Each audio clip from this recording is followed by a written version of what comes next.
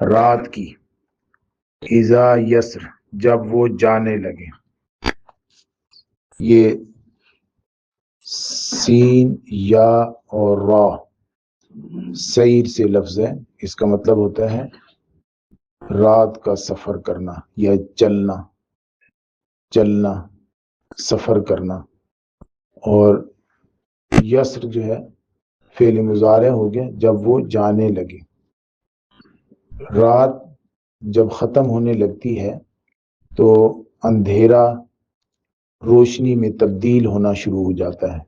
ایک نیا منظر ہوتا ہے. اور آپ دیکھتے ہیں کہ ایک چھائی ہوئی رات،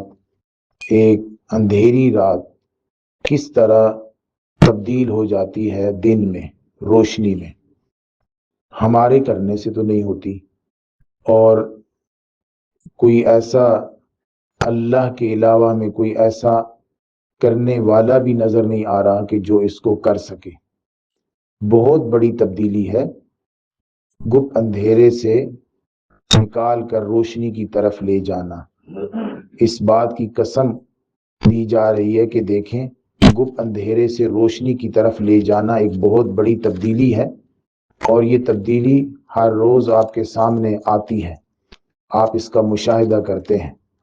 حل فی ذالک، حل کیا، فی ذالک اس میں، اور قرآن مجید میں جب ذالک استعمال ہوتا ہے تو اس میں، حل فی ذالک کیا اس میں، قسم ہے، لذی حجر اس کے لیے جو عقل والا ہے. حجر آپ سمجھتے ہیں پتھر کو کہتے ہیں، اور ایک خاص باؤنڈری جو ہوتی ہے وہ حجر جو پتھروں سے بنی ہوئی ہے، جیسے قلعہ نما یا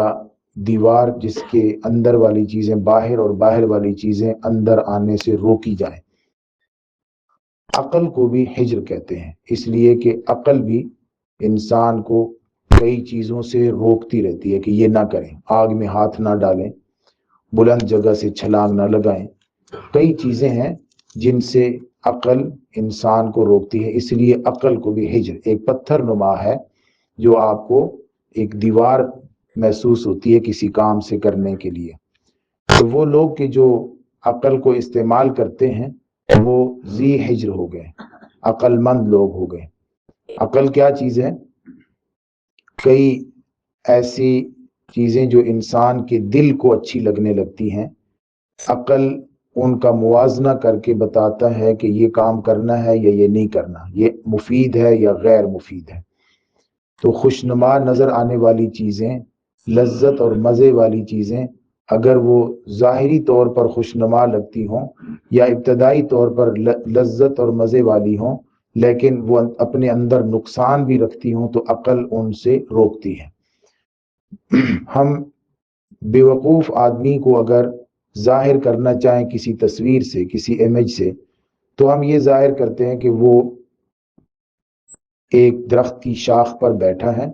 اور آری سے اس درخت کی شاخ کو کاٹ رہا ہے تاکہ وہ نیچے گر جائے، اور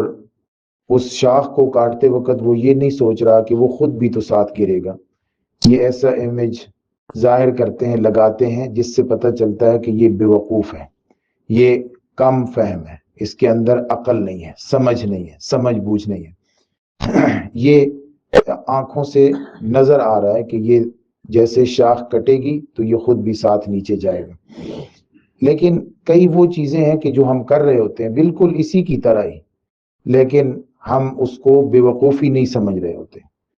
بہت سارے وہ کام ہیں جو ہم بالکل اسی کی طرح کر رہے ہوتے ہیں کہ جیسے وہ پائے تکمیل تک پہنچے گا یا جیسے ہی وہ کام ہوتا جائے گا تو اس کے دوران ہماری جان بھی جا سکتی ہے. جیسے ون ویلنگ جو ہے، کرتے وقت جو کر رہا ہے ون ویلنگ، صاف نظر آ رہا ہے کہ یہ گرے گا اور جان بھی جائے گی، ہڈیاں ٹوٹیں گی، بہت نقصان ہوگا، لیکن جس وقت وہ کر رہا ہے اس وقت وہ اس سے رک رہا نہیں ہے، اور اس کی سمجھ میں نہیں آ رہا کہ میں غلط کر رہا ہوں. یہ میں نے ایک دو مثالیں دی ہیں، ایسی کئی مثالیں ہیں کہ ہم وہ کام کر رہے ہوتے ہیں لذت کے حصول کے لیے، مزہ آ رہا ہوتا ہے وہ کام کرنے میں، یا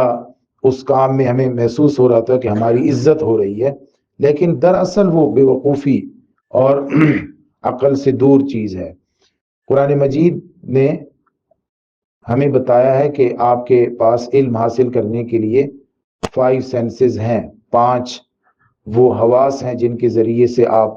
علم حاصل کر سکتے ہیں۔ علم حاصل کرنے کے بعد ہمارے ذہن میں جب علم پہنچ جاتا ہے تو اس کے درمیان ایک پروسیس ہوتا ہے جس کے ذریعے سے وہ پتہ چلتا ہے کہ اس علم کا نتیجہ کیا ہے، اس علم کا نتیجہ کیا ہے۔ پہلے بھی میں نے ایک بار عرض کیا تھا کہ جون جولائی کی دوپہر کے وقت، عین دوپہر کے وقت گرم روڈ پر ایک آدمی جوتے اتار کر بغیر چھتری کے وہ چل رہا ہے، کبھی ادھر جا رہا ہے کبھی ادھر جا رہا ہے، تو دیکھنے والا فوراً سمجھ جائے گا کہ یہ اس کا عقل کام نہیں کر رہی، یہ بے وقوف ہے، یہ پاگل ہے۔ اس لیے کہ ایک تو یہ دھوپ ہے جس کی وجہ سے جسم جلتا ہے، تکلیف ہوتی ہے جسم کو، دوسرا اس نے جوتے نہیں پہنے ہوئے جس کی وجہ سے کچھ نہ کچھ تو حفاظت ہو سکتی تھی پاؤں کی، اوپر چھتری نہیں لگائی ہوئی کہ جسم پر کسی نہ کسی طریقے سے تو سایہ کیا جا سکتا تھا، اور تیسرا یہ بار بار ادھر ادھر جا رہا ہے۔ بھئی ایک بار جو کام ہے ادھر جاؤ، اگر کوئی کام نہیں ہے تو کسی جگہ بیٹھ جاؤ آرام سے۔ یہ دیکھنے والا آدمی یہ سمجھتا ہے، لیکن جس کے ساتھ ہو رہی ہے اس کو دھوپ نظر آ رہی ہے، یعنی اس کا ایک سینس کام کر رہا ہے، آنکھیں کام کر رہی ہیں، اس کی جلد کام کر رہی ہے کہ جو ہے وہ روڈ گرم ہے، اور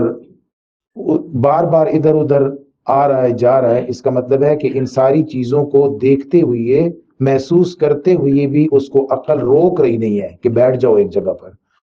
یہ آنکھیں دھوپ کو دیکھ کر، جلد دھوپ کو محسوس کر کے، اور جو کام جس کام کے لیے آپ نے جانا ہے اس کی اہمیت کو عقل سمجھ کے بتاتی ہے کہ آپ جاؤ یا بیٹھ جاؤ، ضروری نہیں ہے اس وقت جانا، بعد میں بھی جا سکتے ہو، یہ ضروری ہے، بہت اہم ہے، اس وقت جس حال میں بھی جاتے ہو جاؤ، یہ عقل بتاتی ہے۔ لیکن اگر عقل یہ کام نہ کر رہی ہو تو ہم کہتے ہیں پاگل ہے، یہ ہم کہتے ہیں بے وقوف ہے۔ اگر لوگوں کے سامنے ایک اندھیرے سے روشنی رونما ہو رہی ہے، اور دنوں کے اندر چاند کی اندر چھوٹی موٹی تبدیلیاں کر کے اس کو بڑھایا جا رہا ہے یا کم کیا جا رہا ہے، اور چیزوں کو شفع اور وتر، جفت اور طاق کر کے، جفت طاق کر کے ان کی تعداد کو بڑھایا جا رہا ہے، گنتی بڑھتی جا رہی ہے، اور اتنی اندھیری رات ہونے کے بعد اس کو پھر روشنی کر دی جاتی ہے۔ اتنی زیادہ تبدیلیاں اگر ہوتی ہیں تو ان چیزوں سے عقل کو سمجھ نہیں آتی کہ ایک دن ایسا آنے والا ہے کہ اس کائنات کو ختم کر دیا جائے گا۔